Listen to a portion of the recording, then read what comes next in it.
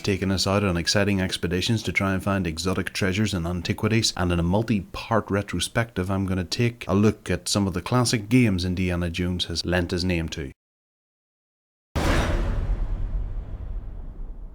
Quite recently we were treated to this first image of Indiana Jones from, well, it's the first time since 1989.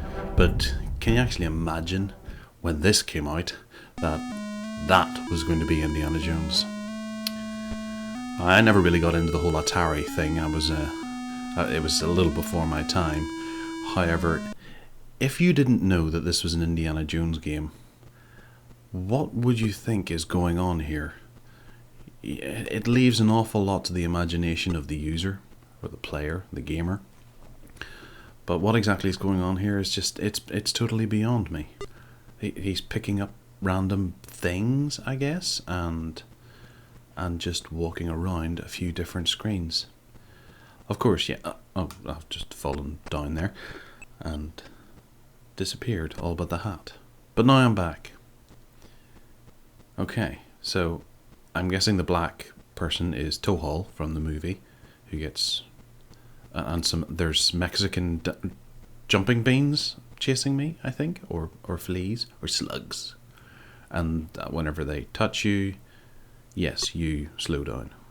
In fact, you pause completely, and Tohal nicks all the bits and pieces from you, and then shoots at you. Right. And he shot me. I'm guessing that's me dead. Yeah, but I still have what seems to be a hand grenade, and he's taking my gun. Oh, I got hit by the jumping beans again. And he hasn't taken the grenade, mind you. It's too bizarre. I don't know what's going on. I'm just going to leave it be and move on to the next one. Indiana Jones and the Lost Kingdom was released only on the Commodore 64. It's Mindscape, who I can't think of anything else that they happened to do, but I'm sure they did. Oh no, wait, I can think of one. The next game after this, possibly. Well, we get a bit of a backstory about the actual game, and yeah, it's all interesting. It's a new, fresh adventure. It's something different, which is kind of nice. Creates a bit of mystery, a bit of excitement. It takes a while to get into the game. We'll just sit here and wait whilst this scrolls. Funnily enough, I never knew about this game until, a few years ago. There's a rather good-looking castle. Thankfully, the graphics are a lot more self-explanatory than the Raiders of the Lost Ark game on the Atari. And there's better music too. And this is you, Indiana Jones, Little White Man. It's fairly smooth animation. You dander up the stairs and go through door number 1. And dander up the stairs and we'll go through... No, dander up the stairs and go through the green door. Player 1. Right, here we are. Where am I? There's a pterodactyl. Oh, there I am. And I'm slipping, and I've fallen. And he scarpers. He does a runner. Little Indiana Jones blighter. Right, okay, we'll go and we'll get onto this. Oh, it's pulling me up there. Yep. There's some collision detection there. Yeah, that's pretty good. And we fall, and that's me dead again. Or unconscious. And he makes a run for it again. I'm guessing the M6 at the bottom is the amount of men you have. Right, and we scarper across there. I can't get past that. Let me through. I'll go this way. And see, the pterodactyl got me. See the little whip there behind? That's quite nice. The graphics are pretty good. It's just a shame that I haven't got a clue what to do. The red pterodactyl got me there just as I started. Okay,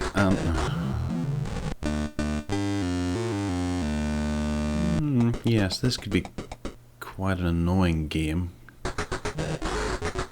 Right, let's Let's see if we can go to the left here, since they're different colours. Oh, yep, that's changed colour. I've used my whip.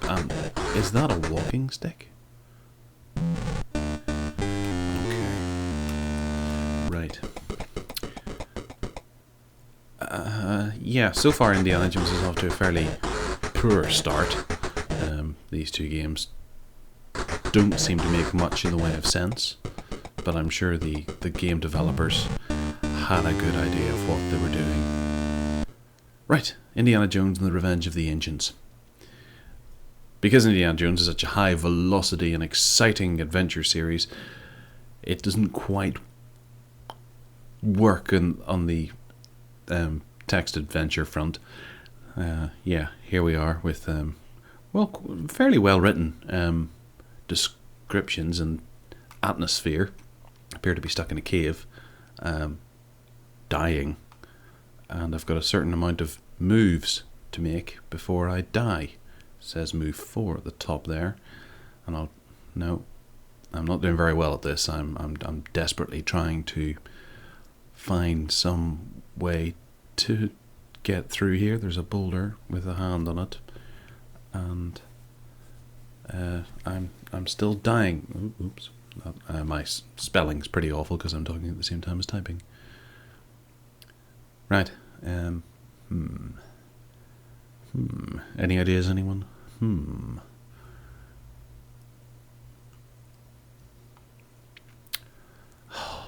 These. Oh, right. Okay. Yes. Okay. Well, there's a panel, so I could obviously. Could I push the panel? No, I die. Right. Okay. So I ran out of turns. Anyway, that'll do. Indiana Jones and the Temple of Doom.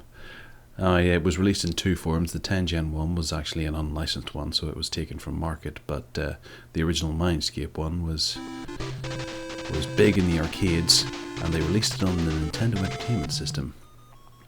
And here we go, with Indy running around collecting the little saved children. Initially, you'll think this looks an awful lot better than the previous Lost Kingdom one. However, it's actually, I think, it's probably about the same perspective. And it's really confusing. Because it's ledges and ladders and that sort of thing. But moving from platform to platform is a real pain. I've played this several times before on my Amstrad, and oh, there we go. That's the second stage where you get to use the minecart, which is a great sequence for the game. And they're throwing boulders at me, always useful. Okay, and we'll go over there and get him. Oh, and I got hit by a boulder. The music's very faithful to the game, which is kind of nice. Oh, there's a gun. Grab that. Oh, there's another gun. Grab that. Yeah, got that. Right. It's just my imagination, or is Indiana Jones out of breath? Okay. Over there. Right. It's a bit like Frogger, I suppose, in a kind of less satisfying way. No, we'll go through there and see what happens.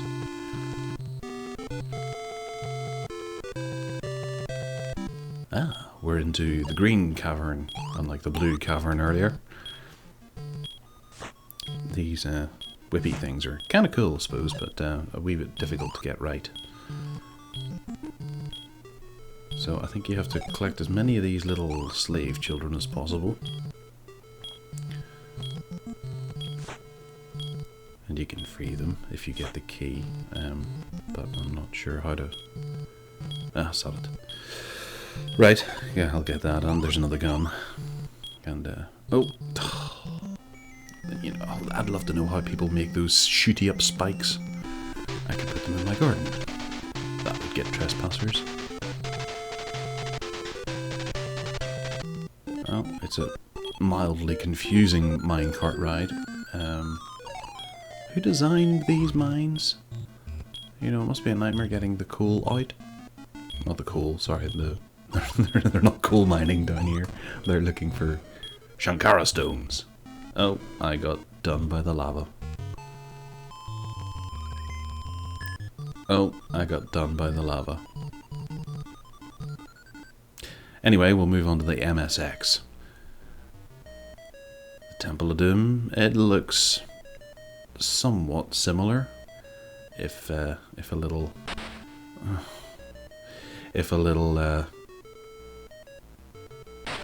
unrefined. There we go. We can still do the mappy or the whippy thing. We got some bridges here as well. Don't remember seeing the bridges. Or maybe the bridges are instead of the conveyor belts, and that's kind of annoying. Oh, there was a man with a sheep's head up there. I'll stay with me. That must be Molaram. There we go. There's another little child. Purple children. Oh, hey, the bad guys can fall down there, but they don't die instantly. They just get knocked out a little bit. It's a bit like the Keystone Cops, these thuggy guards, aren't they? They kind of fall everywhere. Right. I spoke too soon. Okay. Oh, Motoram appeared there again. Maybe that's if you stay still too long. And I've still got 5 kids. That would be me dead. Alright, we'll move on to the Amstrad version. This is the one I know the best because I had this when I was a kid. Instantly you'll tell that the graphics are, well, a smaller screen size, but better detailed graphics than the MSX version. But it seems to be essentially a direct port, with the thuggy guards embarrassingly falling everywhere. There's a big skull there. Although I can't seem to open this door. No, I'll just fall. I'm trying to work out why Indiana Jones is wearing a blue jumpsuit, like a baby grow, and white sneakers. Throughout all 4 movies, I've never known him to wear those. Right, the Atari ST version here is a little glitchy. The sound is off, but it looks a lot better than the Amstrad and the MSX. In fact, it's probably quite faithful to the original arcade version because, well, it had the graphical power to be able to do it. Take that, you. Haha. Right, and up we go. I don't see too many thuggy guards falling past me, which is kind of reassuring. Maybe they've got better guards in this game. Although leaving these snakes lying around is, I was trying to outrun him there, is a bit of a nasty thing to do. You know, it's a bit of a health hazard. You know, in this health and safety mad world, having giant rattlesnakes or maybe cobras or whatever they happen to be. There you go, kid. Lying around like this in the work environment is just outrageous. I'd contact the thuggy union leader. Well, that'll do for now. Next time around, we're going to look at the Last Crusade on its various platforms, the different types of games that were available.